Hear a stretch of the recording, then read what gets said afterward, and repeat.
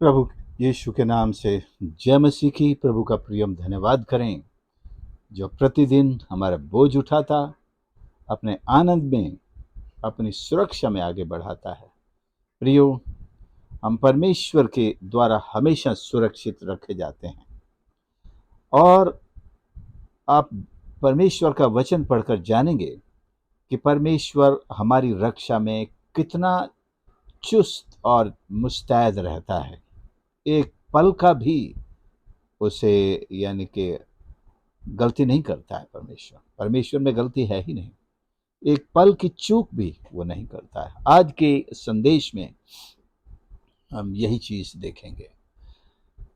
आज का संदेश प्रेरितों के काम 12 अध्याय से, जहाँ पतरस को बंदी गृह में दिखाया जाता है और राजा हेरोदेस महान के पौत्र हेरोदेस अग्रिप्पा को ये एक गलत फहमी हो जाती है कि मसीहों को सताने से जो कुछ लोग हैं, जो यहूदी लोग हैं, वो बड़े खुश होते हैं और शायद अग्रिप्पा का सपोर्ट बढ़ता है या कहिए उसके वोट्स बढ़ते हैं। हालांकि वो वोट्स का ज़माना इस तरह से नहीं था राजा बनने के लिए, लेकिन हर राजा प्रजा को अपने समर्थन में चाहता है और वो ऐसे हथकंडे ढूंढता है कि ज़्यादा से ज़्यादा लोगों का समर्थन कैसे हासिल किया जाए। हेरोदेस अग्रिप्पा को इस रिसर्च से पता चल गया कि ज़्यादातर यहूदियों को अपने पक्ष में लाना है, उनका समर्थन पैदा करना है। तो ये जो मसीहों का एक नया फिरका पैदा हुआ है, इसको सताना है। इसलिए उसने यूहन्ना के भाई याकूब को मरवा डाला। हम पढ़ते हैं, उस समय हेरोदेस राजा ने कलीसिया के कई व्यक्तियों को सताने के लिए उन पर हाथ डाला। मैंने अभी बताया कि उसने यूहन्ना के भाई याकूब को तलवार से मरवा डाला। जब उसने देखा कि यहूदी लोग इससे आनंदित होते हैं, तो उसने पतरस को भी पकड़ लिया। यहूदी लोगों को खुश करने के लिए, आनंदित करने के लिए, क्या उनका मनोरंजन करने के लिए उसने यूहन्ना के भाई याकूब को तलवार से मरवा डाला और पतरस को जेल में डाल दिया।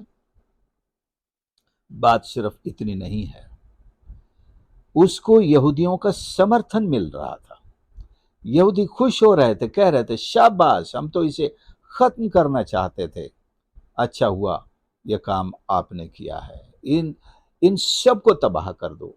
और आजकल इनका जो सबसे बड़ा लीडर है वो है पतरस। ने कहा पतरस है सबसे बड़ा लीडर, वो है यीशु के बाद इनका गुरु वही है। अच्छा हुआ आपने याकूब को मरवा डाला, वो भी कम नहीं था, क्योंकि पतरस और यूहन्ना और याकूब, ये तीनों की जो तिकड़ी थी, ये प्रभु यीशु के बहुत ज्यादा करीब थी। तो इस तिकड़ी को भी खत्म करना जरूरी, क्योंकि इस समय भी ये तीनों महान आश्चर्य कर्म कर रहे थे। हमने तीसरे ही अध्याय में देखा, पतरस और यूहन्ना जब मंदिर में दुआ के लिए जा रहे थे, कैसे एक लंगड़े को दोनों ने चंगा किया। तो ये अब यीशु से ज्यादा यहूदियों के लिए खतरनाक हो गए थे। वो तो इतना ज्यादा खतरनाक नहीं लगता था, लेकिन ये चेले, जैसे कहते हैं ना, गुरु तो गुड़ गुड़ और चेला शक्कर। तो ये चेले गुरु से बढ़कर के काम कर रहे थे और गुरु ने आशीष दी थी, ये कहा भी था तो मुझसे भी बड़े बड़े काम करोगे। तो बड़े बड़े काम होने लगे। यहूदी लोग पहले से ज्यादा नाराज हो गए। उन्होंने सोचा एक आदमी को खत्म करके हम पूरी कौम को बचा लेंगे। ये सोचा, ये तो भूल थी उनकी। ये तो एक से ज्यादा खड़े हो गए और कम से कम 12 तो ये खड़े हो गए। 12 चेले यीशु के ये खड़े हो गए। ये तो उससे भी बढ़ करके हंगामा किए हुए हैं। तो उन्होंने अपने राजा को अप्रोच किया। उसने उनको खुश करने के लिए, और उस खुशी की आड़ में उसका समर्थन बढ़ रहा था, उसकी सपोर्ट बढ़ रही थी। आज की भाषा में कहें तो उसके वोट पक्के हो रहे थे कि उसको रोम के कैसर से, सम्राट से कोई खतरा नहीं रहेगा जब तक ये मेजॉरिटी ज्यूज उसके फेवर में खड़े रहेंगे। तो जब उसने देखा कि याकूब को मरवाने से यहूदियों में तो खुशी की लहर दौड़ गई है, उसने कहा ठीक है, अब और कोई इससे बड़ा गुरु बताओ मुझे। उन्होंने फट बता दिया होगा कि पतरस, पतरस। उसने पतरस को भी पकड़ के जेल खाने में डाल दिया, कैद खाने में। वे दिन अखमीरी रोटी के दिन थे, मतलब अभी कुछ हलचल नहीं करना, थोड़ा सा रुकना। उसने पकड़ के बंदीगृह में डाला और चार चार सिपाहियों के चार पहरों में रखा। इंग्लिश में लिखा 4 स्क्वाड्स और 4, तो 4 स्क्वाड का मतलब है 16 सिपाही। 16 सिपाहियों को पतरस के पहरे पे लगा दिया गया और 2 सिपाहियों के बीच में वो बेड़ियां पहने हुए सो रहा था। पढ़ते हैं, इस विचार से कि फंसे के बाद उसे लोगों के सामने लाएंगे, यहूदियों को सबको इनवाइट करेंगे, इनविटेशन भेजा जाएगा, आओ देखो जो अपने आप को यीशु का चेला कहता है पतरस, मैं उसका क्या हाल करता हूं। इसको तो क्रूस पे लटकाऊंगा, उसको तो तलवार से मारा, इसको तो तुम्हारे सामने क्रूस पे चढ़ाऊंगा। योजना बना चुका था हेरोदेस। बंदीगृह में पतरस बंद था, परंतु कलीसिया उसके लिए लौ लगाकर परमेश्वर से प्रार्थना कर रही थी। परमेश्वर के लोग आज भी एक अघोषित, अनडिक्लेयर्ड बंदी गृह के जैसे अनुभव में हैं। प्रभु के सेवक, प्रभु के विश्वासी, प्रभु पर ईमान रखने वाले लोगों को चारों तरफ से घेरा डाले हुए दुनिया उनको अपने कब्जे में, उनसे मसीह का इनकार करवाना चाहती है, और नहीं तो बस यहां से निकल जाओ।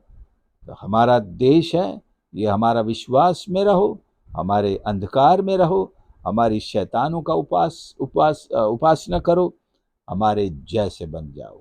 दुनिया यही चाहती है कि परमेश्वर के लोग, सत्य पर चलने वाले लोग भी उनके जैसे अंधकार में चलने वाले बन जाएं। लेकिन परंतु एक कलीसिया है जो लॉ लगाकर, मतलब एक मन होकर, एक चित्त होकर परमेश्वर के लोगों के लिए दुआ करती है। तब तो थी, क्या आज ऐसी कलीसियाएं हैं जो लॉ लगा करके प्रार्थना करें? जिस दिन दुनिया भर की कलीसियाएं लॉ लगाकर प्रार्थना शुरू कर देंगी, मैं समझता हूं एक भी प्रभु के दास को या विश्वासी को दुनिया का कोई भी हेरोदेस छू नहीं सकेगा। आज, कल और युगान युग कोई भी हेरोदेस एक भी जन को छू नहीं सकेगा। परमेश्वर उनकी रक्षा करेंगे। हेरोदेस ने उस लोगों के सामने लाने को था, जिस दिन वो लाने का था उससे पिछली रात, कहेंगे उससे अगली रात, पिछली रात, उसी रात पतरस 2 जंजीरों से बंधा हुआ, 2 जंजीर, ध्यान से देखें, 2 सिपाहियों के बीच में सो रहा था। बाकी 14 सिपाही और थे, अलग अलग पॉइंट्स पर पहरा दे रहे थे और पहरुए द्वार पर बंदी गृह की रखवाली कर रहे थे। एक आदमी के लिए हेरोदेस ने बड़ा इंतजाम किया था कि भाग न जाए, उसके संगठन के लोग आकर उसे छुड़ाने ले जाएं। कल का दिन बड़ा खास है और सारे यहूदियों को खुश कर दूंगा। यीशु को क्रूस पे चढ़ाने के बाद, जैसे उसके दादा ने के जमाने में हुआ था, वो पिलातुस ने किया था, लेकिन उसके दादा हेरोदेस को भी एक मौका दिया गया था, शायद न उसके चाचा हेरोदेस को दिया गया था, क्योंकि उसका दादा तो वो पहले ही मर गया था। यीशु को जब मिस्र में ले जाया गया बालकपन में ही, हेरोदेस तो मर चुका।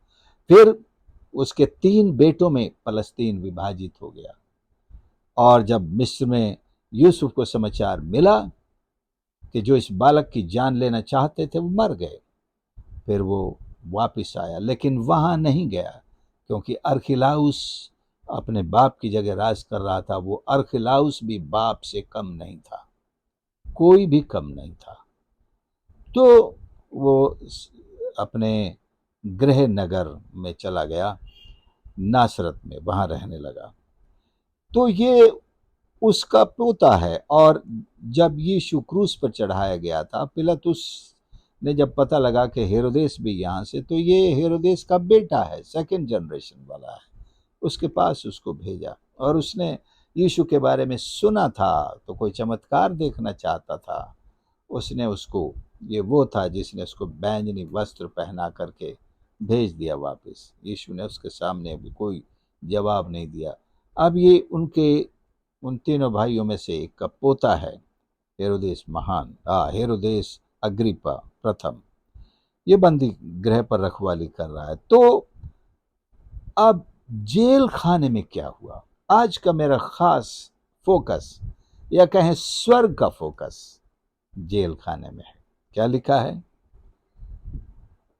मैं यहां से देखूं, कोठरी में ज्योति चमकी। जेल खाने की कोठरी में एक ज्योति चमकी, क्योंकि वहां परमेश्वर का भक्त है, परमेश्वर का एक संत है, परमेश्वर का सेवक है।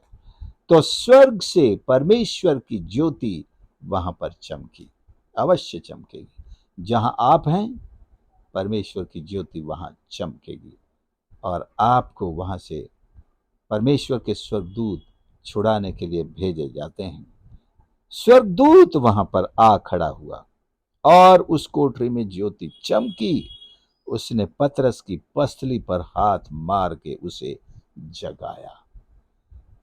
मुझे आश्चर्य है, पतरस कैसे निश्चिंत सो सकता है, जब दूसरे ही दिन उसकी जिंदगी को दुनिया से रुखसत करने के लिए शैतान तैयार बैठा है, और प्रभु का ये दास निश्चिंत गहरी नींद सो रहा है। पतरस को नींद बहुत आती है। गतसमनी में भी बहुत नींद ने उसको सताया था, एक घड़ी न जाग सका। अब जब उसकी खुद की जिंदगी आखिरी रात की मेहमान है, तब भी पतरस सो रहा है। शायद एक निश्चिंत रहने वाला इंसान है।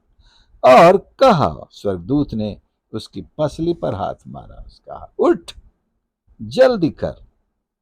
उसके हाथों से जंजीरें खुलकर गिर पड़ी। ध्यान दीजिए, जब परमेश्वर आता है, या तो स्वर्गदूत है, या परमेश्वर के आदेश से आया, उसका भेजा हुआ है। स्वर्गदूतों का मतलब भी यही है, जो परमेश्वर के भेजे हुए दूत होते हैं, ईश्वर के दूत होते हैं। उनके पास ईश्वर की आदेश होता है, सामर्थ होती है। जब वो बात करने लगा, अपने आप उसकी जंजीरें खुल गई, हाथों से जंजीरें खुलकर गिर पड़ी। स्वर्गदूत ने उससे कहा, मैं समझता हूं, ना तो दूसरे कैदियों को यह दृश्य दिखाई दिया, ना तो इस ज्योति का कोई प्रकाश उनको दिखाई दिया, ना तो इन जंजीरों के जमीन पर गिरने की कोई आवाज उनको सुनाई दी। एक बड़ी खास बात, द्वार खुलने का कोई संकेत वहां बैठे हुए 16 के 16 चारों तरफ फैले हुए संतरियों को नहीं हुआ। उस प्रकाश के चमकने का उनको कोई संकेत नहीं हुआ। जंजीरों के टूटकर नीचे गिरने की आवाज तक उनको सुनाई नहीं दी। और पतरस वहां से उठा, दो सिपाहियों के बीच में से, जहां सो रहा था उनके बीच से उठा। उन्होंने पतरस को बांध रखा था दोनों तरफ से, कि अगर पतरस हिलेगा डुलेगा तो उनकी नींद खुल जाएगी। इसलिए वो निश्चिंत सो रहे थे। कई बार हम भी जो इस तरह से कुछ कीमती चीज होती है, ट्रेन में यात्रा करते समय अपने सूटकेस को, अपने बैग को इस तरह से अपने शरीर से चिपका के सोते हैं, अगर किसी ने जरा सा भी इसको खींचने की कोशिश की तो नींद खुल जाएगी। जब परमेश्वर काम करता है ना, तुम कितना भी बांध कर रख लो, कितना भी सुरक्षित कैद में रख लो, कितने भी सिपाहियों की ड्यूटी लगा लो, परमेश्वर अपने सेवक को छुड़ा ले जाएगा और किसी को कानो कान खबर नहीं होगी। लेकिन स्वर्गदूत ने पतरस को पूरा मौका दिया। क्या कहा? कमर बांध, मतलब अपनी चद्दर उठा, अपने कमर बांध ले, जूते पहन ले।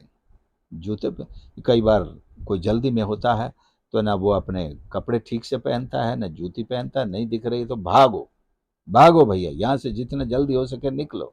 लेकिन स्वर्गदूत ने इत्मीनान से उसे तैयार होने, क्योंकि स्वर्गदूत ने सारे माहौल को अपने कब्जे में किया हुआ था। कोई जाग नहीं सकता, कोई रोक नहीं सकता। और उसने वैसा ही किया। फिर उसने उससे कहा, अपना वस्त्र पहन ले, मेरे पीछे हो ले। इंग्लिश में लिखा उसके, अपनी चद्दर भी ओढ़ ले और मेरे पीछे हो ले। स्वर्गदूत उसे अपने साथ उस कैद खाने की कोठरी से लेकर के उसे मेन गेट के बाहर ले गया, गली में ले गया, और वहां जाकर के स्वर्गदूत अदृश्य हो गया। तब पतरस को पता लगा, ये सपना नहीं देख रहा हूं मैं। अभी तक वो सोच रहा था मैं सपना देख रहा हूं।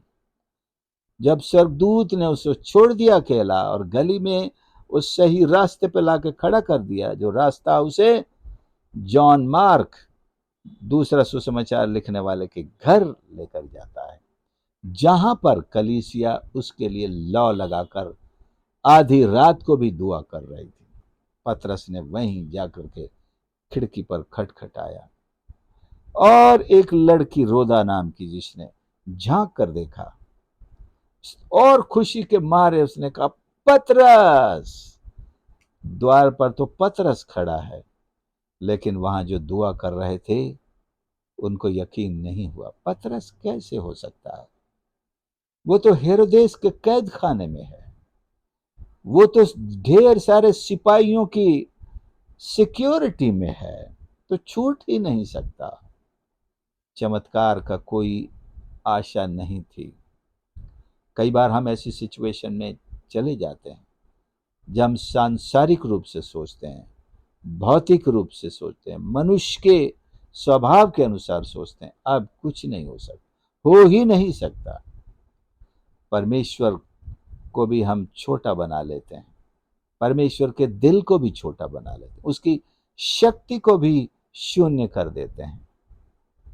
कुछ नहीं हो सकता। परमेश्वर क्या करेगा? नहीं करेगा। अब तो मुश्किल है। पतरस की, अब याकूब को उन्होंने मार डाला, अब पतरस को भी मार डालेंगे। पतरस गया, हमारा पतरस गया। लेकिन इसलिए उनको यकीन नहीं हो रहा था। ने कहा, तू पागल हो गई है। क्या कहा उस लड़की से? हाँ, स्वर्गदूत, तब वे पहले दूसरे पैर से निकलकर तीसरे यहाँ आ गए। मरियम के, यूहन्ना की माता मरियम के घर आया, जो मरकुस कहलाता है। वहां बहुत से लोग इकट्ठे थे, प्रार्थना कर रहे थे। फाटक की खिड़की खटखटाई, रूदे नामक दासी देखने को आई। पतरस का शब्द पहचान कर उसने आनंद के मारे फाटक न खोला, परंतु दौड़कर भीतर गई और बताया, पतरस द्वार पर खड़ा है। उन्होंने कहा, तू पागल है। चमत्कार देखने वाले पागल कहलाते हैं। परमेश्वर के आश्चर्य कर्म को अपनी आंखों से देखने वालों को लोग पागल कहते हैं। प्रार्थना का उत्तर जिन्हें मिल जाता है, लोग पागल कहते हैं। परंतु वह दृढ़ता से बोली कि ऐसा ही है, पतरस ही खड़ा है। तब उन्होंने उसका स्वर्गदूत कहा, उसका स्वर्गदूत होगा, पतरस कैसे हो सकता है पागल? उसका स्वर्गदूत देखा होगा तूने। ये भी यहूदियों में विश्वास था कि हर इंसान का स्वर्गदूत चलता है। अब यहाँ पतरस को इतना याद किया जा रहा है, मिस किया जा रहा है, उसकी जिंदगी के लिए दुआएं मांगी जा रही है, तो हो सकता है पतरस का दूत जो है वहां उनके पास आया, उस घर में आया होगा, वो खटखटा रहा होगा। उसे खटखटाने की क्या जरूरत है? पतरस का दूत तो वैसे ही, जिसने जेल खाने को खोल दिया, वो यहाँ दुआ करने वालों के बीच में आने के लिए खटखटाएगा। ये उनकी भी नासमझी थी, परंतु पतरस खटखटाता ही रहा। उन्होंने खिड़की खोली और देखकर चकित रह गए। तब उसने हाथ से संकेत किया, चुप रहें, एक शब्द नहीं बोलना, और बताया कि प्रभु ने किस रीति से उसे बंदी गृह से छुड़ाया है। और सुबह हुई तो पतरस वहां नहीं मिला।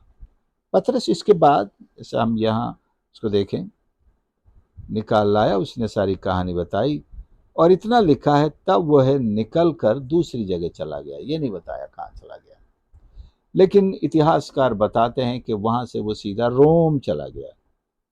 रोम की सरकार तो उसके पीछे थी, ज्यादातर तो हेरोदेस जो यहूदियों का राजा है, ये उसके पीछे था।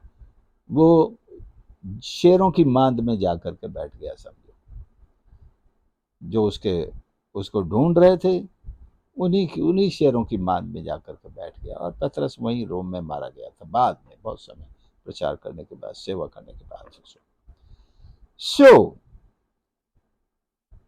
परमेश्वर के लोग, पहली चीज, उनके साथ दुर्व्यवहार हुआ। आज भी होता है, पहले पद में जैसे हमने देखा है। हेरोदेस कलीसिया के कई व्यक्तियों को सताने के लिए उसने हाथ डाले। आज भी कलीसिया पर तरह तरह के लोग हाथ डाल रहे हैं। नाम क्या लेना, हम उन्हें सबको अंधकार की शक्तियां कहते हैं, कलीसिया के ऊपर हाथ डाल रहे हैं। परमेश्वर की कलीसिया परमेश्वर का वो फाटक है जिसके खिलाफ अधोलोक के फाटक प्रबल नहीं हो सकते। दूसरे पद में लिखा है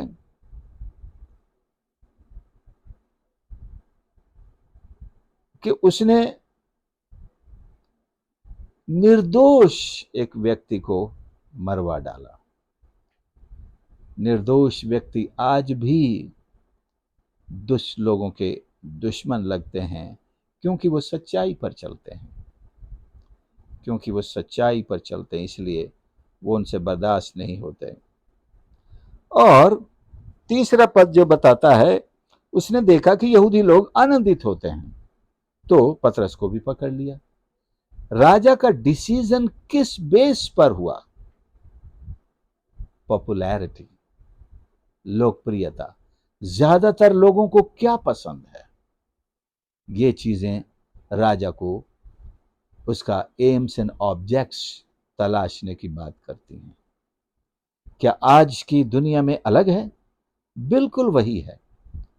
लोगों को क्या पसंद है? हमारे सपोर्टर्स को, क्योंकि ये सपोर्टर्स हेरोदेस के बनते जा रहे थे। हमारे सपोर्टर्स को क्या पसंद है, वैसा उसने लोकप्रियता को, अपनी लोकप्रियता को और चार चांद लगाने के लिए एक निर्दोष, दूसरे निर्दोष व्यक्ति को, एक को तो तलवार से घात किया, अरे भाई एक और को, उसको तो समझो नशा चढ़ गया। हाँ, मजा आ गया। अब देखो, उसको नशा चढ़ गया, उसने फिर वही काम किया। और 19 पद में आएंगे। 19 पद कहता है, जब हेरोदेस ने उसकी खोज की और न पाया तो पहरुओं की जांच करने की आज्ञा दी, वे मार डाले जाएं, और वह यहूदिया को छोड़कर कैसरिया में जाकर रहने लगा। यहां पर ये तो पतरस के बारे में, वो कैसरिया में चला गया है, वहां से उसके बाद वो और आगे रोम की तरफ चला जाता। हम आगे पढ़ते हैं। तो पतरस ने ऐसी मुश्किल घड़ियों में जानबूझ करके वहां से निकल गया, ताकि और लोगों के ऊपर या सताव, ये सेम ऐसी चीजें ना आने पाए, और वो वहां से निकल गया। लेकिन हेरोदेस ने, उसके मुंह को खून लग गया था, उन सारे 4 स्क्वाड्स को उसने मरवा डाला, तलवार के घात उतार दिया। 16 सिपाहियों को। पतरस क्यों तुमसे बचकर निकल गया? 16 सिपाहियों को एक पतरस की जगह उस दिन मारा गया। लेकिन इससे क्या, उसका गुस्सा शांत हुआ। हेरोदेस सूर और सैदा के लोगों से बहुत अप्रसन्न था, बड़े गुस्से में था। लगान वगान नहीं दे रहे थे, शायद मना कर दे रहे थे। इसलिए इच्छित होकर उसके पास आए, उससे कहा, वो ब्लास्तुस जो राजा का एक कर्मचारी था, मना कर मेल कराना चाहता था, क्योंकि राजा के देश से उनके देश का पालन पोषण होता था। तो ठहराए हुए दिन जब राजा राज वस्त्र पहनकर सिंहासन पर बैठा और उनको व्याख्यान देने लगा, तब लोग पुकार उठे, यह तो मनुष्य का नहीं, ईश्वर का शब्द है। बड़ी तारीफ मिली उसको ईश्वर का, यानी कि ईश्वर ही कह दिया उसको। तो वो तो खुश हो गया, उसने अपना कॉलर ऊंच किया, yes, I am not less than God, I am rather God. ये मेरा वचन नहीं, ईश्वर का वचन तुमने सुना है। आज भी दुनिया में बहुत लोग हैं जो अपने आप को ईश्वर कहते हैं और कहलवाते हैं, और लोग कहते हैं तुम तो ईश्वर हो, तुम तो भगवान हो, तुम तो परमेश्वर हो, तुम्हारी आवाज तो ईश्वर की आवाज है। और जब उसके उस स्पीच के तारीफ में लोगों ने उसे ईश्वर कहा, उसने सारी महिमा खुद के लिए ले ली। क्या लिखा है यहां? ईश्वर का शब्द है, उसी क्षण प्रभु के स्वर्गदूत ने तुरंत उससे मारा, क्योंकि उसने परमेश्वर को महिमा ना दी। जब आपकी तारीफ हो, आपने बहुत अच्छा प्रचार किया, आपने बहुत अच्छा बोला, आपने बहुत अच्छा गाया, तो हमें परमेश्वर को महिमा देनी चाहिए।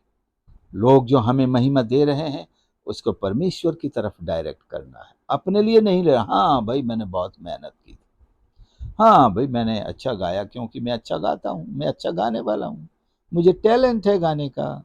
हाँ भी मेरा स्पीच बहुत अच्छा था, क्योंकि मैं हूं इस लायक। अगर हमने जरा सी भी इसमें गलती की, तो हम आत्महत्या के लिए अपने आप को तैयार कर रहे हैं, अपनी हत्या के लिए अपने आप को तैयार कर रहे हैं। वो महिमा परमेश्वर की थी, हेरोदेस ने खुद ले ली। और लिखा है, उसी क्षण, उसी क्षण, not even a moment later or a day later, a few days later, the same moment, मानो परमेश्वर का दूत वहां खड़ा होकर सुन रहा था। और जब इसने, तो चुपचाप बैठा होगा, चुपचाप बैठना भी ठीक नहीं था। लोग जब तुम्हारी तारीफ कर रहे हैं, चुप रहना भी ठीक नहीं। आपको उस तारीफ को परमेश्वर को डायरेक्ट करना है। एक प्रभु के दास को मैं जानता हूं, मेरे मित्र अमेरिका में, जब कोई उसके प्रचार की तारीफ करता है, वो बिल्कुल नीचे झुक जाता है और दोनों हाथ, दोनों उंगलियां आसमान की तरफ उठाता है, ऐसे कर अपनी गर्दन नीचे, और कहता, मेरी, मैं नहीं, ईश्वर, ईश्वर, परमेश्वर की महिमा, उसको महिमा दो। ये है नम्रता का नमूना। हेरोदेस कहाँ नम्र होने वाला था? उसने तो अपने स्पीच के लिए ईश्वर होने का पद पा लिया था। उसी क्षण, उसी पल, उसी मोमेंट परमेश्वर के दूत ने उसको मारा, और लिखा कीड़े पड़ के मर गया। क्योंकि उसने परमेश्वर को महिमा ना दी, और वो कीड़े पड़ के मर गया। आज की भाषा में कहेंगे कैंसर से मर गया। कैंसर से, बहुत भयंकर बीमारी होती शायद। वो शायद एकदम से, नहीं, पहली, दूसरी, तीसरी, चौथी स्टेज तक जिया हो, 2-4 साल। No my friends, immediately the last stage. जब परमेश्वर सजा देता है ना, वो आखिरी स्टेज की सजा देता है। जिसको सबक सिखाना चाहता है, कभी कभी धीरे धीरे भी, पहली स्टेज पे भी डांट लगाता है, फटकार लगाता है, दुर्बल करता है, कमजोर करता है। सीख जाएं, समझ जाएं, ये क्यों हो रहा है मेरे साथ, प्रभु मुझे दया कर, मुझे क्षमा कर, मुझे बता, पवित्र आत्मा बता, ये मेरे साथ क्यों हो रहा है। तो वो प्रभु बता देता, बेटा तौबा कर, तूने ये गलत काम किया है। जैसे दाऊद के समान, उसको तो महसूस ही नहीं हुआ कि उसने कैसे गलत काम किया है। परमेश्वर ने नातान को भेजकर उस कहानी से उसको कन्फेस करवाया, तू ही है वो जिसने गलत किया है, अब तलवार तेरे विरुद्ध हो गई है, तेरे खानदान से नहीं जाने वाली। उसने तौबा किया। तलवार खानदान पे तो लटकी रही, लेकिन दाऊद बच गया, उसकी गद्दी भी बच गई, बनी रही। सो प्रियो, परमेश्वर को महिमा देना जरूरी है। जब कोई भी आपकी छोटी सी छोटी सेवा के बदले कोई आपकी तारीफ करने लगे, हम उसके हकदार नहीं हैं। वो तारीफ परमेश्वर को मिलनी चाहिए, परमेश्वर की होनी चाहिए। और हेरोदेस जो कलीसिया को सताने के लिए निकला था, अब वो खुद उसी कलीसिया के श्राप का शिकार हो गया, खुद मारा गया। ये उसी अध्याय की बात है, प्रेतों के काम 12 में। एक को उसने मार दिया, यूहन्ना के भाई याकूब को, और उसे मजा आया, यहूदियों को मजा आया। फिर उसने पतरस को मारने के लिए पकड़ लिया, जेल खाने में डाल दिया। लेकिन इस अध्याय के अंत में मौत किसकी हुई? उसी हेरोदेस अग्रिप्पा की। मर गया, और कितनी भयंकर मौत मरा, कीड़े पड़ के मर गया। परंतु हमें जानना बहुत जरूरी है, 24 पद का परंतु। परमेश्वर का वचन बढ़ता और फैलता गया। फिर से पढ़ता हूं, परंतु परमेश्वर का वचन बढ़ता और फैलता गया। यहूदी क्या चाहते थे? परमेश्वर का वचन फैलना और बढ़ना बंद हो जाए, परमेश्वर के लोग खत्म हो जाएं, यीशु मसीह के अनुयायी खत्म हो जाएं। क्या ऐसा हुआ? ना तो पहली शताब्दी में हुआ, न दूसरी में हुआ, न तीसरी शताब्दी में परमेश्वर के वचन को कोई रोक पाया, न चौथी, न पांचवी, न 8वीं, न 10वीं, न 15वीं, न 17वीं, न 19वीं। आज हम 21वीं शताब्दी में हैं। क्या कोई परमेश्वर के वचन को फैलने से रोक पाया है? क्या को कलीसिया को नष्ट करने में कामयाब हुआ है? हाँ, कुछ बिल्डिंग्स जरूर तोड़ी गई हैं। Some buildings have really been demolished, but not the church. हाँ, कुछ चर्चेस को चोट पहुंचाई गई है, कुछ विश्वासियों को चोट पहुंचाई, हड्डियां तोड़ी गई हैं, किसी किसी को जान से मारा भी गया, बहुत सारे मारे भी गए, but not the church is destroyed at all. कलीसिया मतलब समाप्त नहीं हुई है। अधोलोक के फाटक उस पर प्रबल नहीं हुए हैं, आज तक नहीं हुए, आगे भी नहीं होंगे। सुप्रियो, परमेश्वर का मैं धन्यवाद करता हूं। आप किस कैद खाने में हैं? किसके शिकार हैं? कौन सा अंधकार सोचता है कि आपको नष्ट कर दे? परमेश्वर आपके साथ है, उसका स्वर्गदूत आपकी सुरक्षा में मुस्तैद रहता है, वो बचाने वाला है। हम उसकी रोशनी में सोते हैं, उसकी रोशनी में चलते हैं। इस दुनिया को भनक तक नहीं लगती है, हम सुरक्षित निकल जाते हैं। दुश्मन रास्ता देखते खड़े रह जाते हैं, तुमने तो कहा था यहीं से निकलता है। हाँ, वो आज नहीं आया, लेकिन वो अपने उसी तय वक्त पर यहां से निकल गया, क्योंकि स्वर्गदूत उसके साथ था। हर फाटक से वो गुजरा, हर सिक्योरिटी मैन के सामने से गया, लेकिन परमेश्वर के पंखों की आड़ में छिपा हुआ था। परमेश्वर के स्वर्गदूत ने उसे छिपा रखा था। सुप्रियो, आप उसी अवस्था में हैं। हम परमेश्वर का धन्यवाद करें। जब दुनिया में अंधकार होगा, हम पर परमेश्वर की रोशनी तब भी चमकती रहेगी, ठीक वैसे जैसे मिस्र में अंधकार हो गया था, लेकिन गोशेन में उजाला था। आपकी जिंदगी ही एक उजाला है, हमारा व्यक्तिगत जीवन ही एक उजाला है। मार्ग, सत्य और जीवन और उजियाला हम हैं। We are the light. हम दूसरों की जिंदगी को भी रोशन करने की सामर्थ परमेश्वर ने हमको दी है। हम प्रभु का धन्यवाद करें और परमेश्वर से प्रार्थना करें कि वो हमें अपने गवाह के रूप में इस्तेमाल करें, और हम किसी भी रीति से अंधकार और शैतान और उसके अवतारों से डरने वाले नहीं। प्रभु की महिमा करते रहें, उसकी गवाही देते रहें, उसके गीत गाते रहें। परमेश्वर का वचन फैलता रहे और बढ़ता रहे। फैलेगा कैसे, बढ़ेगा कैसे? जब हम प्रचार करेंगे, जब लोग विश्वास करेंगे, अपने हृदय प्रभु को देंगे। ये फैलना है। और जब नए नए लोग विश्वास में आते जाएंगे, नए नए देश, नई नई दुनिया के अंधकार में बैठे हुए लोग जब यीशु के वचन को स्वीकार करेंगे, वचन फैलता और बढ़ता जाएगा। ऐसा होता रहे। परमेश्वर हर कैद खाने पे आज अपनी रोशनी डाल रहा है, अपने दूत भेज रहा है। वो छुटकारे के लिए आ चुका है। आइए प्रार्थना करें। प्यारे प्रभु, हमारे परमेश्वर, हम धन्यवाद करते हैं आपके इस पवित्र वचन के लिए खुदावंद, जो हमारे लिए उजियाला, मार्ग, सत्य, जीवन और छुटकारा है। परमेश्वर, आपके स्वर्गदूत ही नहीं बल्कि आप स्वयं भी हमारे साथ रहते हैं, क्योंकि हमने आपके पंखों की आड़ में शरण ली है। और परमेश्वर, आप हमारी रक्षा करते हैं, शैतानों से हमारी रक्षा करते हैं, कलीसिया को मिटाने वालों से रक्षा करते हैं। प्यारे यीशु, मेरी प्रार्थना है हर एक सुनने वाले के लिए, उन सब को परमेश्वर अपनी आशीष दे, अपनी सुरक्षा में ले।